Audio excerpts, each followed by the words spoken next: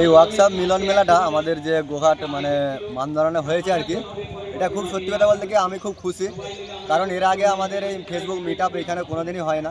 অনেক জায়গায় দেখেছি, মেদিনীপুর আছে, বর্ধমান আছে, সব জায়গাতে মিট আপ হয়, বাট আমাদের এখানে হয় না। এই ফার্স্ট টাইম মিট আপ হলো, খুব ভালো লাগছে মিট আপে অংশগ্রহণ করতে পেরে। বিকাশ, আপনি ফেসবুক কন্টেন্ট ক্রিয়েটার হিসেবে কাজ করেন। কাজ করতে গিয়ে আপনি যে ধরনের প্র্যাঙ্ক ভিডিও বানান, অনেক সমস্যার মুখে পড়েন, কিভাবে ট্যাকেল করেন? মানে আমি যে প্র্যাঙ্ক ভিডিওগুলো বানাই, ধরো প্রচুর সমস্যা হয়। প্রথমে যেহেতু মানুষকে পাবলিককে রাগানোর পর যে তাকে যে শান্ত করার, মানে অনেকে বলে যে ওই রকম ভিডিওগুলো দিতে, বাট দিলে কেউ দেখবে না, কিন্তু ওই মানুষকে যে রাগিয়ে দিয়ে যে শান্ত করার ব্যাপারটা আমার মধ্যে আছে।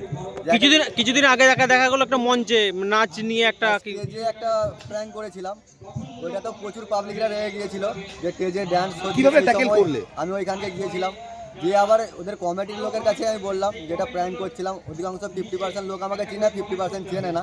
তো সেই ক্ষেত্রে প্রবলেম হয়, কিন্তু মারামারি আগে মার খেয়েছি অনেক ভিডিও করতে গিয়ে, প্র্যাঙ্ক করতে গিয়ে। সেই সমস্ত মারামারিটা খুব কম খাই, মানে সবাই চিনে যেহেতু আমার একটা ফ্যান বেস হয়ে গেছে ভালো, সেই জন্য সবাই চিনে গেছে, সেই জন্য মারামারিটা আমি কম খাই। আর এই রকম প্র্যাঙ্ক করতে গেলে প্রচুর রিস্ক, সবসময় তো আর সবাইকে মানিয়ে নেওয়া যায় না, আর কেউ মেনে নেবে না, সেই সময় মার খেয়ে যায়। এই যে মার খাওয়ার পরে আজকের এই যে সফলতা, এই জার্নিটা নতুন যারা কন্টেন্ট ক্রিয়েটার তাদের উদ্দেশ্যে কি বলবে? মানে দেখো, কষ্ট করলে যেমন কেষ্ট মিলে, সেই রকম তুমি একদিন ধরো আমি প্রথম মার খেতাম, খেয়ে মানুষ আজকে আমাকে চিনেছে। এখন আমার মানে কি বলবো আর, যে এখন মানুষ আমাকে প্রচুর ভালোবাসে, মানুষ চায় যে তুমি এইরকম ভিডিও করো, তোমার পাশে থাকবো।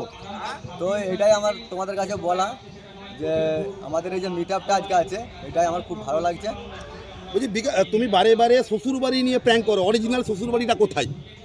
আমি এখন পর্যন্ত আমার বিয়ে হয় না যে অরিজিনাল শ্বশুরবাড়িটা বলবো, বাট তবুও মানে আর কি বলবো, যে শ্বশুরবাড়ি বিয়ে হয় না এই নিয়ে প্র্যাঙ্ক করলে না একটু ভিউজ বেশি পাওয়া যায়। কারণ আইবুড়ো মানে সিঙ্গেল ছেলেরা আমার বেশি ফলোয়ার্স আছে, আমি দেখি, তো তার জন্য বিয়ে নিয়ে বেশি প্র্যাঙ্কটা আমি বেশি করি, যাতে ভিউজটা একটু বেশি পাই।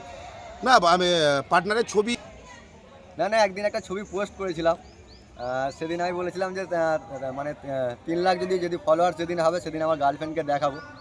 বাট এখন বলতে পারবো না যে আমার গার্লফ্রেন্ডের কথাই বাড়ি, তো একদিন সময় এলে তোমরা সব ঠিকঠাক দেখতে পাবে। কবে কাপেল প্র্যাঙ্ক দেখতে পাবো? কাপেল প্র্যাঙ্ক এখন ওই 300 পরে।